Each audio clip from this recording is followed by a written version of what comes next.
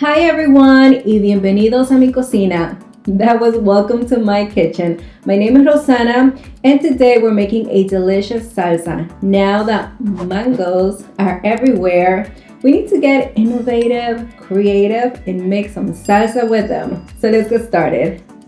We are going to need 2 unpeeled mangoes for the first salsa. Start by cutting beside the seed located in the center and try to cut as close as possible to it. There's a good amount of flesh around the seed as well. Cut around it. We do not want any of it to go to waste. For this salsa, I prefer a mango that is not too ripe. You don't want it too soft. It will actually have a little bit of give to it. Cut slices but avoid going through the skin. Then turn to continue cutting across. You will end up with squares cut into the flesh. Do the same with the other half and leave the skin removed from around the seed as it is. Now place a comal or cast iron skillet over low heat, and at this time we're going to place a sheet of aluminum foil over it, large enough to cover the entire surface. This is a good way to protect your pan at the same time that you avoid the heavy labor of scraping any burnt mango.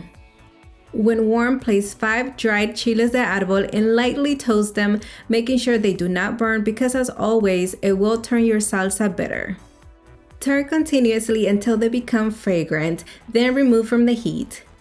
When all the chilies are done, turn the temperature to medium-low and place the mango flesh side down. Also add a small garlic clove and keep the skin on. Roast it until soft, which should not take too long.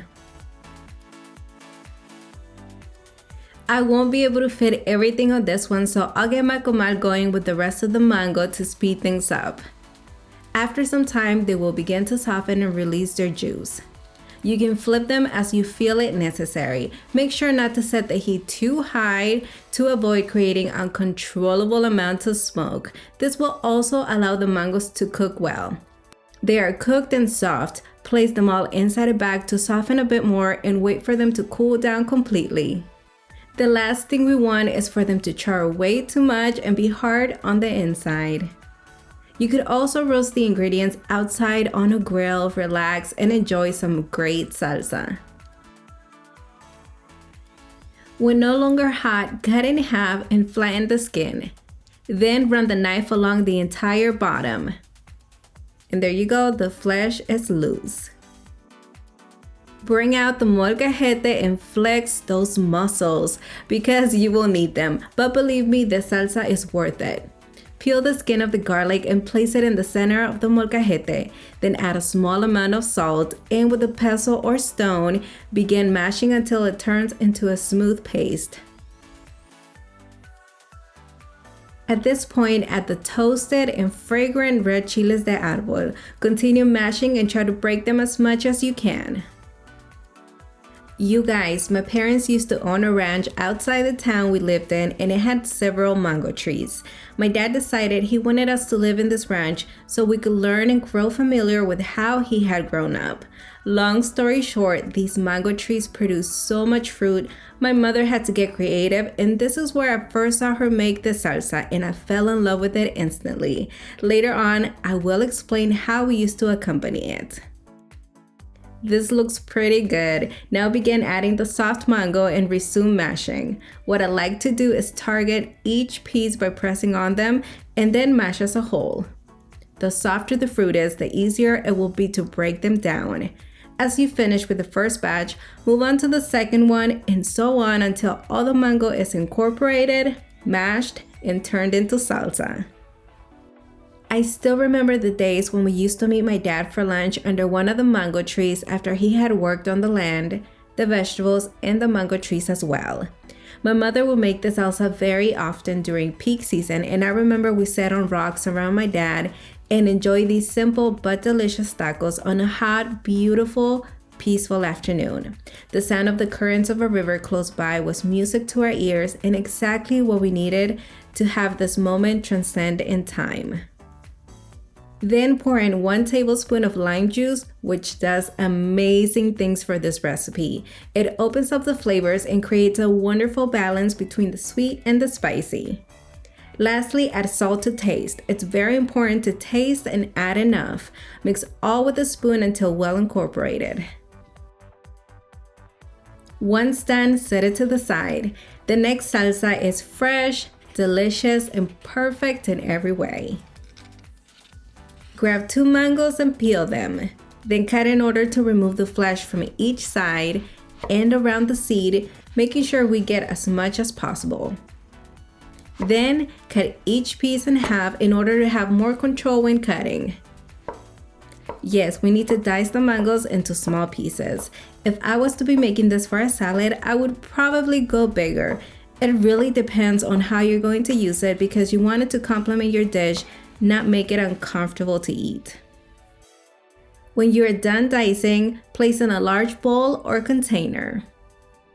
The following vegetables need to be diced into small pieces as well and uniform in size. Start with the bell pepper, and since I want this salsa to look spectacular, I will be doing half of a red and half of an orange pepper. We also need half of a medium red onion, which will add flavor and a distinctive look because of its gorgeous purplish red skin color. Now a jalapeno. If desired, you can remove the seeds. This will help reduce the heat content as well. Now let's bring this beautiful rainbow of colors to life and indulge in all its flavors. Combine all the vegetables we just prepped with a mango and take pride in it. Also chop half of a bunch of cilantro and incorporate soon after. We cannot omit the avocado. Dice it up and lay it with the rest of the vegetables. Now add 4 tablespoons of lime juice and salt to taste. I'm adding about 2 teaspoons of kosher salt. Mix and allow everything to marry completely. You can use the salsa to top tacos. Ooh, it would go so great with the fish or shrimp taco. You can add it to salads, as an appetizer with chips, or even use as a side to your carne asada. I will leave the links down in the description area to videos of dishes I already have that would pair great with it. Time to taste. There are many ways to enjoy this mango molcajete salsa, but let me show you how simple and delicious it can be. Heat up a tortilla, the crispier the better, then add your favorite type of Mexican style cheese. I have actually chosen requesón. Add it to the center and then spoon a generous amount of the salsa. Fold into a taco and enjoy. You can also use this as a topping to tacos, appetizer with chips, or side to carne asada. The options are endless.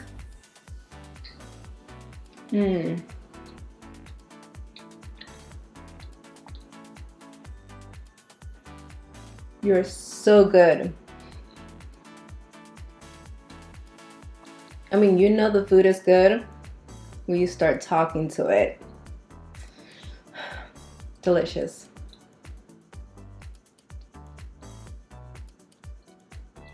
Oh my God, this salsa is so good. It's perfect, it's well balanced. It's got the citrus, the spicy, and the sweetness. It's overall amazing. All right, let's do this one right here. And I'm gonna have chips with it.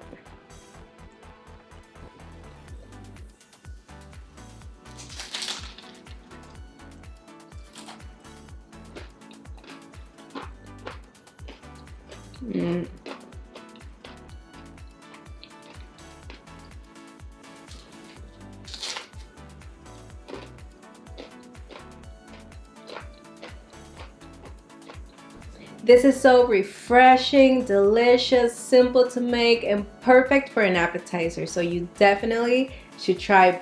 Actually, both of these are amazing. Well, we reached the end. I hope you enjoyed this video. Remember to follow me on Facebook and Instagram. Don't forget to subscribe, like this video, and click the notification bell. Until the next one.